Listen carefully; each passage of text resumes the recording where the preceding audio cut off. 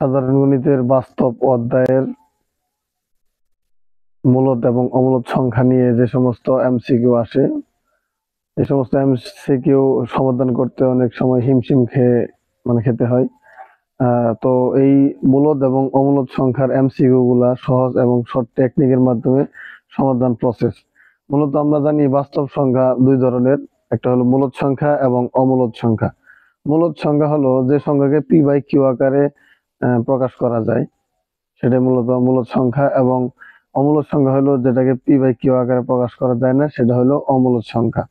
তো মূলদ এবং অমূলদ সংখ্যা সংক্ষিপ্ত টেকনিকের মাধ্যমে যদি আমরা জানি, তাহলে অতি অল্প সময় বা কয়েক সেকেন্ডের ভিতরে আমরা যে কোনো নৈমিত্তিক অনায়াসে কি করতে পারবো, শেষ করতে পারবো। তো আমরা দেখে নেই সংক্ষিপ্ত পদ্ধতিতে আমরা মূলদ সংখ্যাকে কিভাবে নির্ণয় করতে পারি। যে কোনো মূলদ সংখ্যা আমরা অতি সহজেই চিহ্নিত করতে পারবো। যদি স্বাভাবিক নিয়মে যদি আমরা নির্ণয় করতে চাই মূলদ সংখ্যা, অনেক সময় লেগে যায়। তো আমরা মূলদ সংখ্যা নির্ণয় করতে গেলে আমরা জানি যে দশমিক অংশের পরে যদি কোনো সংখ্যার পুনরাবৃত্তি ঘটে বা একই সংখ্যা বারবার আসে, তাহলে সেটা বুঝতে হবে আমাদের কি মূলদ সংখ্যা।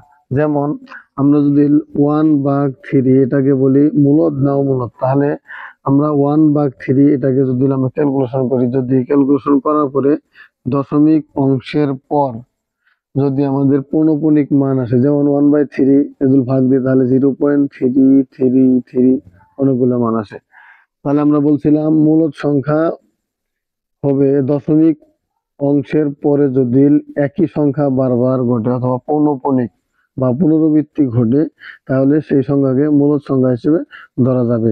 যেমন 1/3, 2/3 এটার মান হবে মূলত 0.66 এরকম। তাহলে আমরা কি বুঝলাম, দশমিক অংশের পরে যদি একই সংখ্যা বারবার আসে বা একই সংখ্যার পুনরাবৃত্তি ঘটে, তাহলে সেই সমস্ত সংখ্যা মূলত মূলদ সংখ্যা। তো আমরা এখন আসি অমূলদ সংখ্যা। অমূলদ সংখ্যার ক্ষেত্রে অমূলদ সংখ্যা যে সংখ্যাকে পি বাই কিউ আকারে প্রকাশ করা যায় না, সেটি মূলত অমূলদ সংখ্যা। তো অমূলদ সংখ্যার সংক্ষিপ্ত টেকনিক হলো দশমিক অংশের পরবর্তী অংশের কোন সংখ্যার সাথে কোনো সংখ্যা কি নাই, মিল নাই বা পুনরাবৃত্তি হবে না। এক ধরনের সংখ্যা 1, 3, 5 বা 6, 9, 7 এরকম উল্টা পাল্টা যদি কোনো সংখ্যা আসে, এক কথায় কোনো সংখ্যার পুনরাবৃত্তি যদি না ঘটে, তাহলে সেটা বুঝতে হবে আমাদের কি অমূলদ সংখ্যা। যেমন 0.1372 এরকম ধরনের মান আসছে, কোনো মানের সাথে যদি কোনো মান কি মিল না থাকে বা পুনরাবৃত্তি না ঘটে, সেটা মূলত অমূলদ সংখ্যা। যেমন √3 এটাকে যদি আমরা ডেসিমেলে নিয়ে যাই বা দশমিকে নিয়ে যাই, তাহলে 1.7 ক্যালকুলেশন করলে দাঁড়ায় 3200508 এরকম ধরনের। বা √3 কে যদি আমরা দশমিক নিয়ে যাই, তাহলে 1.42135 এরকম ধরনের মান বের হয়।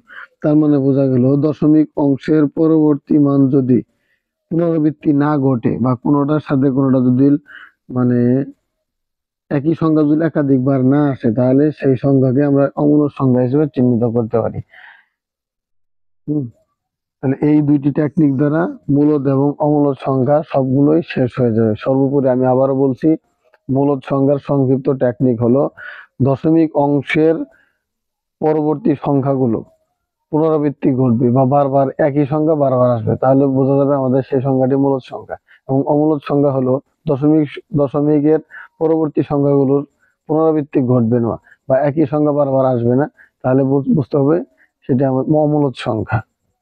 আশা করি সবাই বুঝতে পারছো, এবং কি এটাকে ফলো করে অনেকগুলো তোমরা প্র্যাকটিস করতে পারো, আশা করি মিলে যাবে। এবং কি এই শর্ট টেকনিকের মাধ্যমে মূলদ এবং অমূলদ নিয়ে যে সমস্ত এমসিকিউ হয়, অতি সহজে সেটা সমাধান করা যেতে পারে।